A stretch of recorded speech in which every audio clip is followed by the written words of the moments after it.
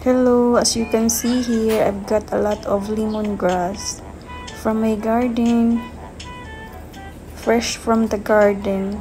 So I've harvested it because there's a lot of it already, so I have to remove them and give it away just to remove something from the garden because it looks so not peace anymore. Char.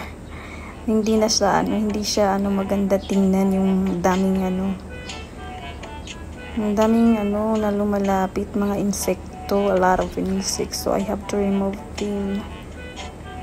But may naman ako dito, isa pang natira na lemongrass. And I've got a lot of onion rings here too. I've harvested them already. I don't know how many times, but a lot of times. So I get some free onion rings. Here we go. Ibabalot natin to, lilinisan, and we will give it to the barbecue house. Chicken barbecue house. Malapit lang naman yun dito, so ibibigay natin to kaysa naman itapon lang. Hindi naman siya ganun karami, kaya ibibigay lang natin siya. Dati kami nito, binibigyan niya ako ng yung pork belly every time na hinahatid ko to sa kanya. But this time I'm not gonna ask for it since hindi naman ganun kadami yung lemongrass. It's not that much, so I'm not gonna ask for a pork belly. So ayan na mga besh, nilinisan na natin. Nagagloves ako dyan kasi medyo matalas yung tanglad. Matatalas, nagkasugat-sugat nga yung ko dyan yung paha. I don't know, madali akong magkasugat, tapos after nun yung sugat ko, yung parang na-affected. Di na yung lalaki na yun. Tapos naging piklat.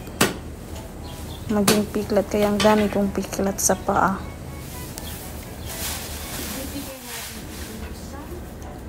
You know what guys, a lot of times na talaga that I've harvested my lemongrass here. Yung kahit inaano ko na siya, yan, nakita nyo ang dami niyan, wala na dun sa garden ko. Tumutubo lang siya ulit. Kaya ang dami ulit, as in 4 times, or this is my 5th times already. And then tumutubo lang siya ulit. Hindi ko tinatanggal kasi lahat yung gamot. Kumbaga iniwan ko dun yung gamot. Madami akong iniwan na gamot. Parang tayo lang yan. Parang tao lang din. Kahit anong down mo sa tao, mag-grow at mag-grow yan. At magpapaprogress yan kung gusto niya talaga. Char. Hugot besh.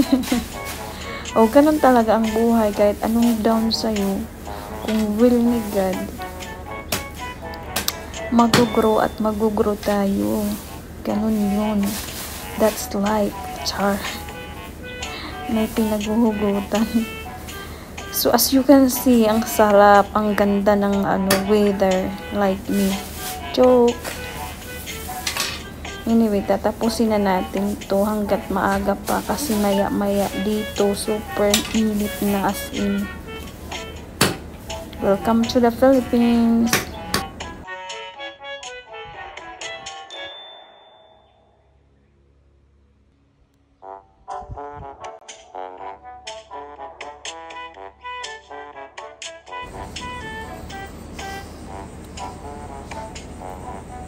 Tadan! Malinis na yan. It's ready to give it away. Ang dami And my onion rings right there. Recently, I've just harvested it. So, next time, kapag madami na yan ulit, i-harvest natin yan. Makapal yan nakaraan. Pero ngayon, as you can see, sa sobrang init, ayan na siya, medyo dry. Kaya need talaga, diligan. Nice weather, oh. Napaka-blue ng skies. Wow.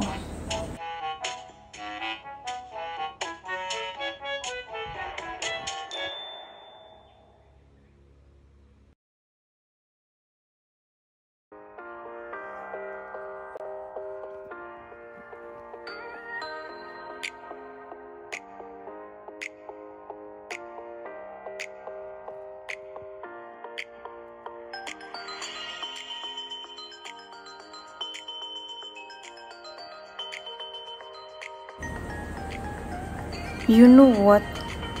The soil here, the soil is really good. As you can see, the lemongrass, ang taba. Ang ganda ng pagkaano niya, matataba talaga siya.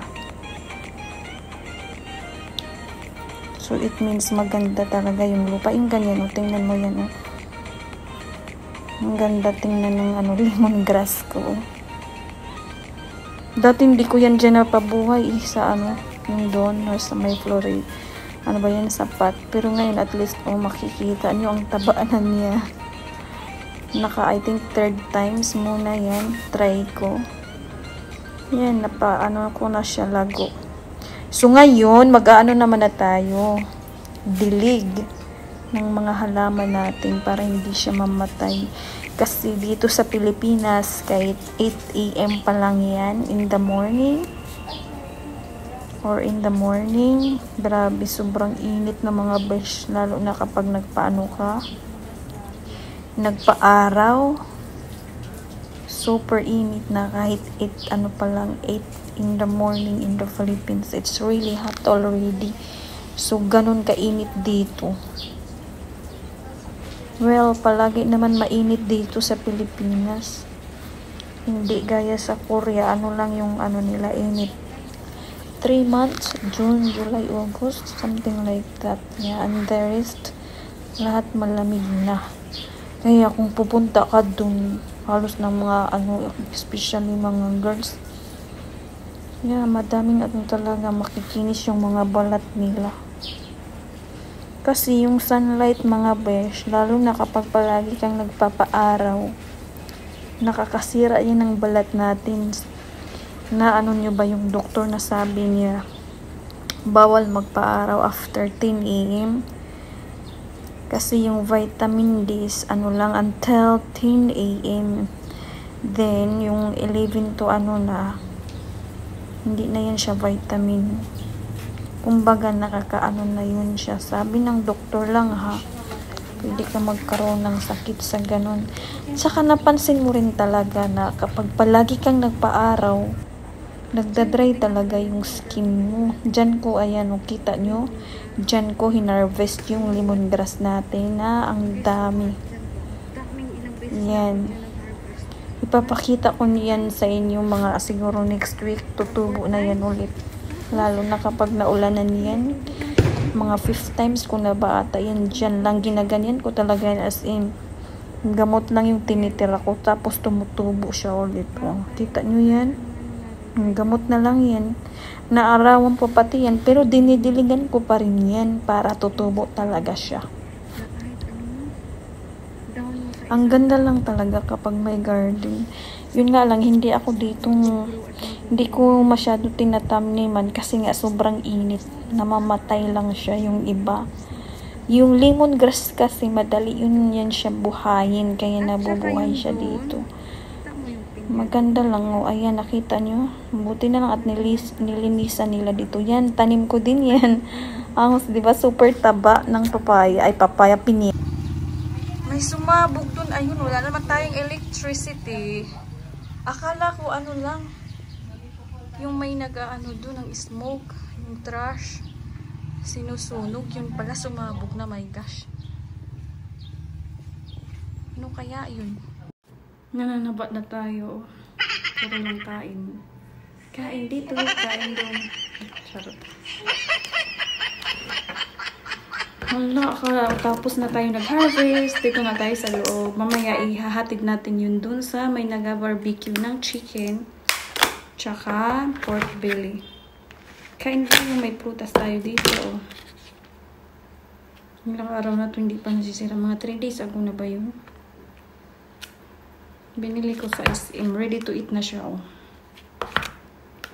Tapos may nuts tayo dito. Hala, akala ko talaga ano yung sumabog. Nakita ko yun dun, umuusok. Akala ko, nagsusunog lang sila ng basura. Yun pala, transformer na pumutok. My gosh. Ayun, wala naman tayong electricity dito. Brown out. Kain. Hap. Ang dami, oh.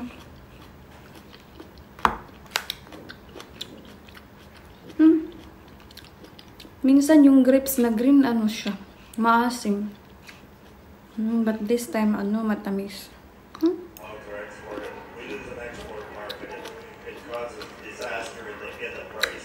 Ito melon. Everybody will be celebrating tonight, I'm sure.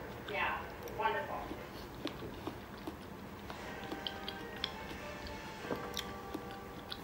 Tons of American beef are now sitting in cold storage with no buyers.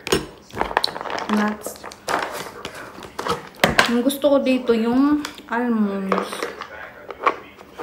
Ito almonds. Oh. Cashew. Saka ito nakalimutan ko name nito.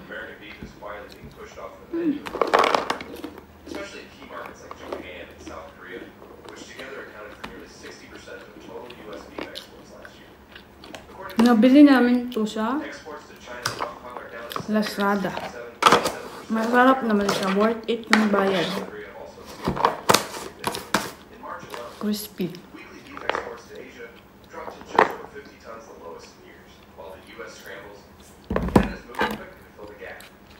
Kain tayo ng prutas paganda.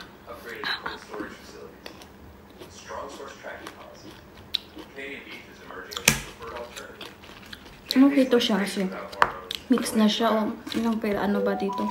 Melon, watermelon, apple, pineapple, grapes, oranges. Madami na siya.